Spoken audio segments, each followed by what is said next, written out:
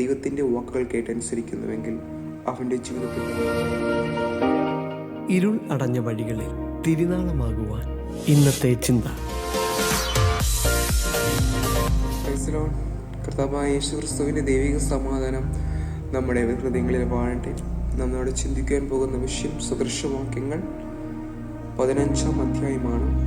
നമ്മുടെ നോക്കുകയാണെങ്കിൽ സദൃശവാക്യം 15-ാം അധ്യായം നോക്കുകയാണെങ്കിൽ 2 വ്യക്തികളെ കുറിച്ചിട്ടാണ് ഇവിടെ രേഖപ്പെടുത്തിയിരിക്കുന്നത്.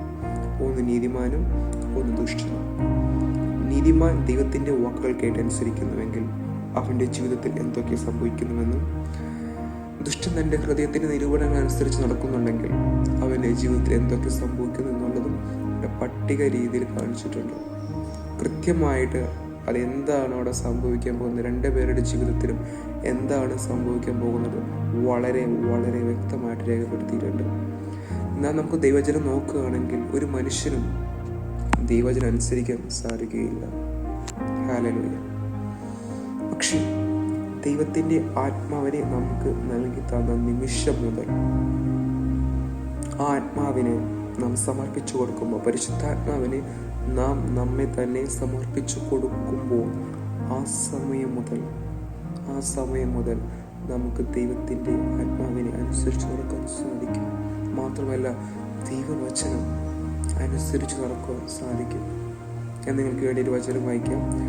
സദൃശവാക്യങ്ങൾ 15-ാം അധ്യായം അതിൻ്റെ 31-ാമത്തെ വാക്യം. ജീവാർത്ഥമായ ശാസന കേൾക്കുന്ന ചെവിയുള്ളവൻ ജ്ഞാനികളുടെ മധ്യയിൽ വസിക്കും.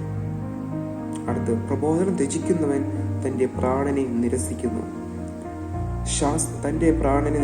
ശാസന കേട്ടനുസരിക്കുന്നവനോ വിവേകം സമ്പാദിക്കുന്നു. യഹോഭക്തി ജ്ഞാനോപദേശമാകുന്നു. ഹല്ലേലൂയ.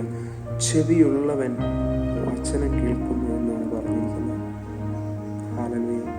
ആരെങ്കിലും ആത്മാവിനെ, പരിശുദ്ധാത്മാവിനെ സമർപ്പിക്കുന്നുവെങ്കിൽ അവൻ പറയുന്നത്, വചനം പറയുന്നത് നമുക്ക് കേൾക്കുവാൻ സാധിക്കും. മാത്രമല്ല ആ കേൾക്കുന്ന വചനം നമ്മുടെ ഹൃദയത്തിൽ വെളിപ്പാടായിട്ട് കയറും. ആ നിമിഷം മുതൽ നമുക്ക് വചനം അനുസരിക്കുവാൻ സാധിക്കും. അപ്പോൾ സദൃശവാക്യങ്ങൾ 15-ാം അധ്യായത്തിൽ നീതിമാന്മാരുടെ കൂട്ടത്തിലായി മാറണം. നാം കർത്താവിനെ വിശ്വസിച്ച നിമിഷം മുതൽ അവൻ്റെ രക്തം നമ്മുടെ കഴുകുന്നത് മൂലം നാം നീതിമാന്മാരാണ്. ദൈവത്തിൻ്റെ സന്നിധിയിൽ നീതിമാന്മാരാണ്. പക്ഷെ നാം വചനം കൂടി അനുസരിക്കേണ്ടതായിട്ടുണ്ട്. നീതിമാൻ ചെയ്യേണ്ട ഒരു കാര്യമാണ് ദൈവത്തിൻ്റെ വചനം അനുസരിക്കേണ്ടത്. അനുസരിക്കാൻ നമ്മെ പ്രാപ്തരാക്കുന്നത് അവൻ്റെ ആത്മാവാണ്. ഹല്ലേലൂയ. അതുകൊണ്ട് നമ്മുടെ ചെവി തുറന്നിരിക്കണം. നമുക്കറിയാം, നാം സംസാരിക്കുമ്പോൾ, ഞാൻ ഈ ശബ്ദം കേൾക്കുമ്പോൾ ഞാൻ കേൾക്കുന്നുണ്ട്. ഹല്ലേലൂയ.